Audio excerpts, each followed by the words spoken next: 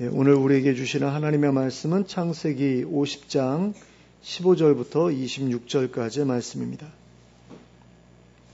창세기 50장 15절부터 26절까지를 함께 합독하겠습니다.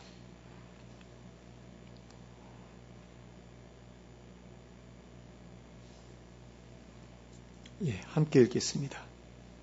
시작.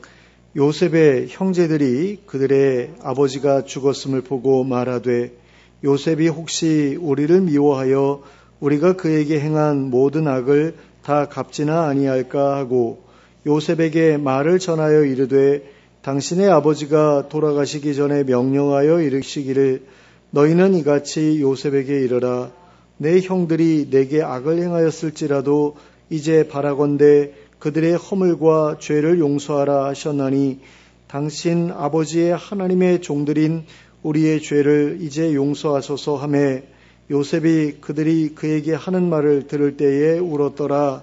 그의 형들이 또 친히 와서 요셉의 앞에 엎드려 이르되 우리는 당신의 종들이니이다. 요셉이 그들에게 이르되 두려워하지 마소서 내가 하나님을 대신하리이까 당신들은 나를 해하려 하였으나 하나님은 그것을 선으로 바꾸사 오늘과 같이 많은 백성의 생명을 구원하게 하시려 하셨나니 당신들은 두려워하지 마소서 내가 당신들과 당신들의 자녀를 기르리이다 하고 그들을 간곡한 말로 위로하였더라. 요셉이 그의 아버지의 가족과 함께 애굽에 거주하여 110세를 살며 에브라임의 자손 3대를 보았으며 므낫세의 아들 마길의 아들들도 요셉의 스라에서 양육되었더라. 요셉이 그의 형제들에게 이르되 나는 죽을 것이나 하나님이 당신들을 돌보시고 당신들을 이 땅에서 인도하여 내사 아브라함과 이삭과 야곱에게 맹세하신 땅에 이르게 하시리라 하고 요셉이 또 이스라엘 자손에게 맹세시켜 이르기를 하나님이 반드시 당신들을 돌보시리니 당신들은 여기서 내 해골을 메고 올라가겠다 하라 하였더라. 요셉이 110세의 죽음에 그들이 그의 몸에 향 재료를 넣고 애굽에서 입관하였더라. 아멘. 야곱이 세상을 떠나고 나자 요셉의 형들은 무척이나 불안해졌습니다. 그들이 과거에 요셉에게 저질렀던 짓이 있었기 때문이었습니다. 그들은 아버지의 편애로 인해 요셉을 무척이나 미워했고 그래서 결국에는 미디안 상인들에게 요셉을 팔아버렸습니다. 그리고 그 결과 요셉은 애굽으로 팔려가 많은 고생을 해야 했습니다. 그 기간이 무려 13년이나 되었습니다. 그래서 요셉의 형들은 요셉이 자기들에게 큰 원한을 품고 있을 것이라고 생각했습니다. 아버지가 살아계시기 때문에 자기들을 그냥 내버려 두고 있을 뿐이지 아버지가 돌아가시면 자기들에게 어떤 식으로든 복수를 할 것이라고 생각하고 있었습니다. 그런데 이제 아버지가 돌아가셨습니다. 그러니 이제 큰일 났다는 생각이 들었습니다. 그래서 그들은 요셉에게 사람을 보내요. 야곱이 생전에 요셉에게 전해주라고 자기들에게 남긴 말씀이라면서 자기들의 허물과 죄를 용서하라고 하셨다고 전해주었습니다. 그리고 요셉에게 용서를 구하였습니다. 그러자 요셉은 그 말을 듣고 울었습니다. 형들이 불쌍했기 때문이었습니다. 자신은 이미 오래전에 형들에 대한 미움을 털어버리고 형들을 용서했는데 형들은 아직까지도 그 사실을 믿지 못해 불안에 떨고 있었기 때문입니다. 그래서 형들에게 큰 연민을 느꼈기 때문입니다. 그러나 형들은 요셉의 그런 마음을 알지 못했습니다. 그래서 이번에는 자기들이 직접 요셉에게 찾아와 요셉 앞에 엎드려 요셉의 자비를 구했습니다. 그러자 요셉은 형들을 위로하며 다음과 같이 말했습니다. 본문 19절부터 21절까지의 말씀을 보시겠습니다. 요셉이 그들에게 이르되 두려워하지 마소서 내가 하나님을 대신하리이까 당신들은 나를 해하려 하였으나 하나님은 그것을 선으로 바꾸사 오늘과 같이 많은 백성의 생명을 구원하게 하시려 하셨나니 당신들은 두려워하지 마소서 내가 당신들과 당신들의 자녀를 기르리이다 하고 그들을 간곡한 말로 위로하였더라. 자, 여기에서 요셉이 뭐라고 말하고 있는지 보시기 바랍니다. 내가 하나님을 대신하겠느냐고 말하고 있습니다. 나는 하나님을 대신할 수 없다는 것입니다. 사람의 죄를 심판할 권한이 하나님께만 있다는 것입니다. 그러니 나는 복수하지 않겠다는 것입니다. 그 다음으로 요셉은 형들은 나를 해하려 했지만 하나님께서는 그것을 선으로 바꾸셨다고 말하고 있습니다. 하나님께서 많은 백성의 생명을 구원하시기 위해서 그와 같은 일을 허락하셨다고 말하고 있습니다. 그러니 자신이 그 일에 대해 왈가왈부할 수 없다는 것입니다. 형들을 심판할 수도 없고 자신의 원한을 갚을 수도 없다는 것입니다. 그리고 마지막으로 요셉은 두려워하지 말라고 내가 당신들과 당신들의 자녀를 기르겠다고 말하고 있습니다. 자신이 가진 힘을 형들에게 보복하는 일에 사용하지 않고 오히려 그들을 돌보는 일에 사용하겠다는 것입니다. 그리고 이러한 요셉의 말을 통해 우리는 요셉이 참으로 하나님의 주권을 인정하고 그 아래 겸손히 서 있었던 사람이었음을 알 수 있게 됩니다. 요셉은 하나님의 뜻이 이루어지기 위해서라면 자신이 고난받는 것까지도 기꺼이 감수할 수 있는 사람이었습니다. 그래서 하나님의 뜻 아래 형들에 대한 원한을 내려놓고 형들을 용서할 수 있었습니다. 그리고 요셉의 이러한 모습은 예수님께서 이 땅에 계실 때에 보여주셨던 모습과도 너무나 비슷한 모습이었습니다. 요셉의 형들이 요셉을 미디안 상인에게 팔아 넘겼던 사건과 유대인들이 예수님을 로마 사람들에게 팔아 넘겼던 사건을 비교해 보시기 바랍니다. 그리고 그 후에 요셉이 형들에게 보였던 태도와 예수님께서 유대인들에게 보이셨던 태도를 비교해 보시기 바랍니다. 예수님께서는 자신을 로마인들에게 넘겨서 십자가에 못 박게 했던 유대인들을 용서하셨습니다. 그뿐 아니라 하나님께도 저들을 용서해달라고 기도하셨습니다. 그것도 십자가에 매달린 상태에서 그렇게 기도하셨던 것을 볼 수 있습니다. 그런데 그 이후까지도 요셉의 경우와 똑같았던 것을 볼 수 있습니다. 요셉이 형들을 용서했던 이유는 형들이 자기에게 행했던 악행을 하나님께서 많은 사람들의 생명을 구원하는 기회로 바꾸셨기 때문이었습니다. 그런데 예수님께서 유대인들을 용서하셨던 이유도 유대인들이 예수님에게 행했던 악행을 하나님께서 많은 사람들의 생명을 구원하는 기회로 바꾸셨기 때문이었습니다. 그러므로 요셉이 형들을 용서했던 이유와 예수님께서 유대인들을 용서하셨던 이유는 본질적인 면에서 완벽하게 일치했습니다. 하나님께서 그 일을 허락하셨고 하나님께서 그 일을 통해 선을 행하셨기 때문에 하나님의 주권을 인정하는 자로서 그 일에 대해 불평할 수 없었던 것입니다. 오히려 자신의 희생으로 많은 사람들의 생명을 구원하신 것에 대해 기쁘고 감사한 일이라고 생각했던 것입니다. 하나님의 종으로서 하나님의 손에 붙들려 귀하게 쓰임을 받았으니 그 일에 대해서 불평할 수 없었던 것입니다. 그런 점에서 우리는 우리에게 악을 행한 사람들에 대해 함부로 원수를 갚지 않도록 주의할 필요가 있습니다. 그들이 우리에게 행했던 악한 일들이 어쩌면 하나님의 뜻에 따라 선한 일을 이루기 위해 하나님께서 허락해 두신 일이었을 수도 있기 때문입니다. 그리고 우리가 참으로 하나님의 주권을 인정하는 하나님의 백성이라면 그리고 우리가 스스로를 하나님의 종으로 자처하면서 하나님께 붙들려 쓰임받기를 소원해왔던 사람들이라면 우리에게 벌어진 일들은 우리가 스스로 바라왔던 일이었을 수도 있기 때문입니다. 그러므로 그 일에 대해 누군가에게 원수를 갚는다거나 하는 것은 절대로 합당하지 않은 일이기 때문입니다. 그러므로 하나님께 나를 당신의 종으로 사용해달라고 기도한 적이 한 번도 없었다면 모를까? 그런 바람을 가지고 기도해왔던 사람이라고 한다면 요셉이나 예수님과 같은 일을 당했더라도 그런 일들에 대해 원수를 갚으려고 하지 말아야 합니다. 오히려 그 일을 통해 하나님께서 어떤 일을 하려고 하시는지를 주의 깊게 관찰해야 합니다. 그리고 하나님께서 나에게 어떤 결정을 바라시는지를 고민하면서 움직여야만 합니다. 그래야만 하나님께서 우리의 고난을 통해서 이루고자 하시는 일들이 아름다운 결실을 맺을 수 있게 될 것이기 때문입니다. 요셉은 이 일이 있은 후에 자신의 약속대로 형들과 형들의 가족들을 잘 돌보았습니다. 그리고 그들과 함께 애굽에 거주하면서 110세를 살았습니다. 그리고 에브라임의 자손 3대를 보았고 므낫세의 아들 마길의 아들들을 자신의 스라에서 양육하였습니다. 그런데 이것은 어쩌면 요셉의 손자인 마길이 요셉보다 먼저 세상을 떠났다는 것을 이야기하고자 한 것일지도 모르겠습니다. 그런 점에서 이러한 기록은 요셉이 자신의 손자보다 장수했다는 것을 말하려는 것일 수도 있습니다. 그런데 요셉이 세상을 떠날 때의 기록을 보면 요셉의 형제들은 요셉보다도 훨씬 더 오래 살았던 것처럼 보입니다. 왜냐하면 24절 전반부에 기록된 것을 볼 때에 요셉이 세상을 떠나면서 자신의 형제들에게 유언을 남겼다고 기록하고 있기 때문입니다. 그렇다면 요셉의 사후에도 요셉의 형제들이 살아 있었다는 이야기가 되는 것입니다. 그러면 요셉은 자신의 형제들에게 어떤 말을 유언으로 남겼을까요? 24절과 25절 말씀을 함께 보시겠습니다.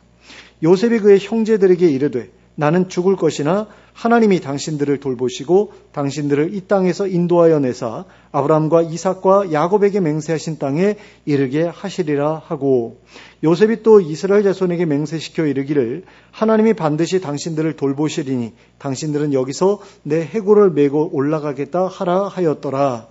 자, 요셉이 자신의 형제들에게 첫 번째로 남겼던 유언은 나는 죽을 것이나 하나님께서 당신들을 돌보실 것이라는 말이었습니다. 그러면 요셉이 이 말을 형제들에게 남겼던 이유는 무엇 때문이었을까요? 형제들이 애굽에서 지금까지 잘 지내올 수 있었던 이유가 바로 요셉의 덕분이었기 때문입니다. 그런데 요셉이 세상을 떠나게 되었으니 형제들의 근심이 이만저만이 아니었을 것입니다. 마치 자기들의 아버지 야곱이 세상을 떠났을 때 가졌던 것만큼이나 커다란 두려움이 요셉의 형제들에게 찾아왔을 것입니다. 그래서 요셉이 나는 이제 가지만 하나님께서는 여전히 당신들을 돌보아 주실 것입니다 라는 말로 자신의 형제들을 안심시키려고 했을 것입니다. 그리고 이것을 보면 요셉의 믿음이 형제들의 믿음보다 훨씬 더 확고했음을 알 수 있게 됩니다. 요셉은 하나님께서 자신의 후손들을 지켜주실 것이라는 확실한 믿음을 가지고 있었습니다. 그런데 형제들에게는 그런 믿음이 없었던 것으로 보입니다. 그들은 그저 눈에 보이는 자기들의 형제, 즉 요셉만을 의지하며 살아왔을 것입니다. 요셉 때문에 안심할 수 있었고 요셉 때문에 불안하지 않았을 것입니다. 그런데 요셉이 이제 세상을 떠나게 되었으니 그 불안감이 눈에 보일 정도로 드러났을 것입니다. 그래서 요셉은 죽어가는 와중에도 형제들의 불안감을 발견하고는 그와 같이 형제들을 격려하고 하나님을 의지하여 안심하게 하고자 했던 것입니다. 요셉이 그 다음으로 남겼던 유언은 하나님께서 당신들을 애굽에서 인도하여 내사 아브라함과 이삭과 야곱에게 맹세하신 땅에 이르게 하실 것이라는 것이었습니다. 그런데 우리는 요셉이 왜 이런 유언을 남겨야 했는지 생각해 볼 필요가 있습니다. 애굽과 가나안 온 땅에 찾아왔던 대기근은 이미 오래전에 지나간 후였습니다. 그러므로 요셉의 형제들은 언제든지 그리고 얼마든지 가나안 땅으로 돌아갈 수 있었습니다. 그런데 그렇게 하지 않았습니다. 무언가가 그것을 가로막고 있었기 때문이죠. 그것이 바로 요셉이라는 존재였습니다. 요셉은 온 애굽 사람들의 생명을 구원한 구원자였습니다. 그러므로 애굽의 모든 사람들이 그를 존경했고 그를 사랑했습니다. 그러므로 요셉이 바로나 애굽 사람들을 향해 내가 이제 나이가 많이 들어서 은퇴도 해야겠고 또 죽을 때도 가까워졌으니 고향에 가서 죽었으면 좋겠다라고 하면서 가나안 땅으로 가게 해달라고 요청했더라도 그들은 요셉의 그 말을 들어주지 않았을 것입니다. 우리를 버리지 말라고, 우리를 떠나지 말라고 하면서 극렬하게 만류했을 것입니다. 그러니까 떠날 수 없었겠죠. 그리고 어쩌면 요셉의 형제들과 그들의 자녀들도 요셉의 바람을 만류했을지도 모릅니다. 그들은 요셉의 권세로 말미암아 애굽에서 부귀영화를 누리고 있었을 것이기 때문입니다. 그러니 요셉이 가나안 땅으로 가는 것을 반기는 사람은 애굽 어디에도 없었을 것입니다. 애굽 사람들도 원하지 않았을 것이고 그의 형제들과 그 자녀들도 원하지 않았을 것이기 때문입니다. 그래서 요셉이 애굽에서 숨을 거둘 수밖에 없었을 수도 있습니다.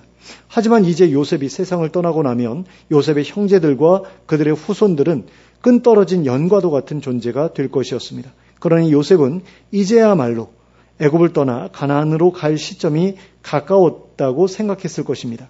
그래서 가나안 땅으로 떠날 것을 준비하라는 의미에서 이런 말을 했을 것입니다. 그런데 여기서 한 가지 더 생각해 보아야 할 것이 있습니다. 그것은 그렇다면 왜 요셉은 형제들을 향해 이제는 애굽을 떠나 가나안으로 출발하라고 직접적으로 말하지 않았느냐는 것입니다. 그리고 이것은 아마도 요셉이 생각하기에 하나님께서 정하신 때가 올 것이라고 생각했기 때문이었을 것입니다. 하나님의 때에 바로가 꿈을 꿨고 하나님의 때에 자신이 그 꿈을 해석해서 애굽의 총리가 되었으며 하나님의 때에 자신의 가족들이 애굽으로 내려와 살게 되었습니다. 그러므로 하나님의 때에 자신의 가족들이 가나안으로 되돌아가게 될 것이라고 생각했을 것이라는 것입니다. 그러므로 요셉은 자기가 죽으면 곧바로 가나안으로 떠나라는 말 대신에 하나님께서 당신들을 가나안으로 이끄실 때가 이를 것이라는 말로써 그때를 준비하며 기다릴 것을 권면했을 것입니다. 그리고 요셉이 세 번째로 남겼던 유언은 야곱의 자손들이 애굽으로 떠나 가나안으로 올라갈 때에 자신의 해골을 메고 올라가기로 맹세하라는 것이었습니다. 이것은 자신도 자신의 아버지와 같이 마므레 앞 막벨라 밭굴에 있는 가족묘에 매장되고 싶다는 뜻을 밝힌 것입니다. 그리고 이것은 하나님께서 아브라함과 이삭과 야곱에게 주신 약속을 자신도 이어받고 싶다는 의지의 표현이라고 할 수 있습니다. 자신의 후손들이 그 땅을 차지할 때에 자신도 그곳에 있기를 바란다는 마음을 표현한 것이라고 할 수 있습니다. 그런데 우리는 요셉의 이 유언들 가운데 반복해서 등장하고 있는 두 개의 메시지를 발견할 수 있습니다. 그 중에 하나는 하나님께서 돌보신다는 메시지입니다.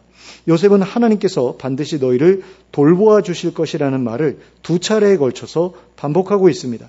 이것은 앞에서도 말씀드렸듯이 더 이상 요셉의 돌봄을 기대할 수 없게 된 형제들에게 하나님의 돌봄이 계속될 것이라는 위로와 격려의 메시지였습니다. 그리고 다른 하나는 가나안 땅으로 이끄실 것이다. 가나안 땅으로 올라갈 것이다 라는 메시지입니다. 야곱의 자손들이 반드시 가나안 땅으로 가게 될 것이라는 말입니다. 그러니 애굽에서 영원히 살 것처럼 생각하지 말라는 것입니다. 언젠가는 가나안 땅으로 돌아가야 한다는 것을 기억하라는 것입니다. 그리고 준비하라는 것입니다. 그런데 형들의 입장에서 요셉의 이 말은 별로 듣기에 좋은 말이 아니었을 수도 있습니다. 왜냐하면 요셉이 남긴 이 말은 형제들이 현재까지 애굽에서 누려왔던 풍족한 삶을 더 이상 기대하지 말라는 것과도 같은 말이었기 때문입니다. 지금까지 요셉의 형제들은 요셉의 돌봄 속에서 애굽에서 엄청난 부귀영화를 누리며 살아왔습니다. 하지만 요셉이 말하고 있는 하나님의 돌봄이라는 것이 그들에게 계속해서 그와 같은 부귀영화를 보장해 줄 수 있을 것인지는 알 수 없는 일이었습니다. 아마 그렇지 않을 가능성이 더 컸습니다. 게다가 그들이 애굽을 떠나 가나안으로 가게 된다면 지금까지 애굽에서 누려오던 부귀영화를 더 이상 누리지 못하게 될 것이 분명해 보였습니다. 그런데 이제 애굽을 떠나 가나안으로 가게 될 것이라고 하니 그 말이 마음에 들었을 리가 없는 것입니다. 그런데 야곱의 자손들은 애굽을 떠나기도 전에, 그것도 훨씬 전에 요셉을 알지 못하는 새로운 왕조가 일어났을 때 이미 애굽인들의 노예로 전락해 버리고 말았습니다. 그런데 문제는 그런 상황 속에서도 하나님께서는 그들을 돌보아주고 계셨다고 하는 것입니다. 하지만 그때 이스라엘 백성들이 경험했던 하나님의 돌보심은 그들이 기대했던 수준에 미치지 못하는 것이었습니다. 하나님께서 그들을 위해 하셨던 것은 산파들의 마음을 움직여서 남자 아기들이 덜 죽게 만드시는 일이었고 또 모세라는 사람을 시켜 이스라엘 백성들을 애굽에서 탈출시키시는 일이었습니다. 그들이 애굽을 탈출한 뒤에도 그들이 원하던 것들은 쉽게 주어지지 않았습니다. 그들은 무려 40년이나 광야에서 배회해야 했고 가나안 땅에 들어간 뒤에도 10수년 동안을 원주민들과의 전쟁 가운데 지내야 했습니다. 이처럼 요셉의 자손들이 하나님의 돌보심을 통해 누릴 수 있었던 것은 요셉의 형제들이 요셉의 돌봄을 통해 누릴 수 있었던 것보다 훨씬 못해 보이는 것들이었습니다. 그런 점에서 이제 나는 더 이상 너희를 돌보아 주지 못하겠지만 하나님께서 너희를 돌보아 주실 거야 라는 요셉의 말은 요셉의 형제들의 마음에 그다지 와닿지 않는 이야기였을지도 모른다는 것입니다. 그리고 이것은 우리에게도 마찬가지일 수 있습니다. 우리는 늘 눈에 보이는 돌봄, 남들이 누리고 있는 것들보다 더 많은 것들을 누리게 해주는 돌봄을 하나님께 기대합니다. 하지만 하나님의 돌보심은 그러한 우리의 기대와는 너무나 다른 형태로 주어질 때가 많습니다. 그래서 하나님의 돌보심 속에 있으면서도 하나님께서 자기들을 돌보아 주지 않으신다고 생각하는 사람들이 많습니다. 하지만 요셉은 노예 생활을 하면서도 그리고 감옥에 있으면서도 하나님께서 자신을 돌보아 주고 계심을 느꼈습니다. 그리고 훗날 애굽의 총리가 된 후에는 하나님께서 자신을 돌보아 주셨기 때문에 자신의 애굽의 총리가 될 수 있었다고 생각했습니다. 그래서 요셉은 누구든지 하나님의 돌보심 가운데 있기만 한다면 당장에는 힘들고 고될지 몰라도 언젠가는 반드시 그러한 상황에서 벗어나게 될 것이라고 믿었습니다. 그러므로 요셉은 형제들에게 하나님의 돌보심에 대한 확신 가운데 그들을 격려해 줄 수 있었던 것입니다. 요셉은 이처럼 자신의 삶 속에서 경험했던 일들로 말미암아 하나님께서 지금까지 자신을 돌보아 주셨고 자신에게 찾아왔던 고난 역시 자신을 통해 많은 생명을 살리기 위해 하나님께서 특별히 허락하신 일이었다고 믿었습니다. 그리고 그 믿음으로 인해 자신의 형들을 용서할 수 있었고 자신의 형제들과 후손들을 하나님의 돌보심에 맡겨드릴 수 있었습니다. 자신의 부재로 인해 앞으로 그들은 애굽에서 더 이상 과거와 같은 부귀 영화를 누릴 수 없게 될 것이었습니다. 하지만 언젠가는 하나님께서 그들을 가나안 땅으로 이끌어 과거에 약속하셨던 큰 복을 누리게 해 주실 것이었습니다. 그래서 요셉은 그들이 그 복을 누리게 될 그 땅에 자신의 매장지가 있기를 바랐습니다. 저는 우리에게도 요셉이 가졌던 이와 같은 믿음이 있기를 바랍니다. 우리의 인생에 일어나는 모든 일들이 하나님의 뜻 가운데에서 일어나는 일임을 믿을 수 있기를 바랍니다. 그리하여 우리에게 찾아온 고난도 하나님께서 계획하신 선한 일의 밑거름으로 예비된 일이라는 것을 믿을 수 있기를 바랍니다. 그리하여 요셉처럼 그리고 예수님처럼 우리를 괴롭힌 사람들을 기꺼이 용서할 수 있는 우리가 될 수 있기를 바랍니다. 그리고 앞으로 우리의 인생을 새롭게 하시고 이전보다 더 복된 삶으로 인도하실 하나님의 돌보심을 신뢰하는 가운데 그분께 우리와 우리 자녀들의 삶을 의탁하는 우리가 될 수 있기를 바랍니다. 그리하여 하나님의 때가 이르렀을 때에 하나님께서 약속하신 그 복된 곳에 이르러 사랑하는 사람들과 함께 하나님의 영원한 돌보심을 풍성히 누릴 수 있게 되기를 예수 그리스도의 이름으로 축원합니다. 함께 기도하겠습니다. 사랑과 은혜가 풍성하신 하나님 아버지, 하나님께서 저희의 삶을 하나님의 뜻 가운데에서 최선의 길로 이끌어가고 계심을 감사합니다. 그리고 저희를 향한 선하신 계획 가운데 저희를 섬세하게 돌보아주고 계심을 감사합니다. 저희로 하여금 그 사실을 확실히 믿게 하시고 그리하여 저희의 삶 가운데 찾아오는 고난도 잘 이겨낼 수 있게 도와주시옵소서. 그리고 저희에게 고통을 가져다 준 사람들도 기꺼이 용서할 수 있게 하여 주시옵소서. 그리하여 하나님께서 뜻하신 선하신 계획을 저희의 손으로 망치는 일이 없게 하시고 그 열매가 아름답게 맺혀가는 것을 보면서 크게 기뻐하고 감사하며 살아가는 저희가 되게 하여 주시옵소서. 예수 그리스도의 이름으로 기도하였습니다. 아멘.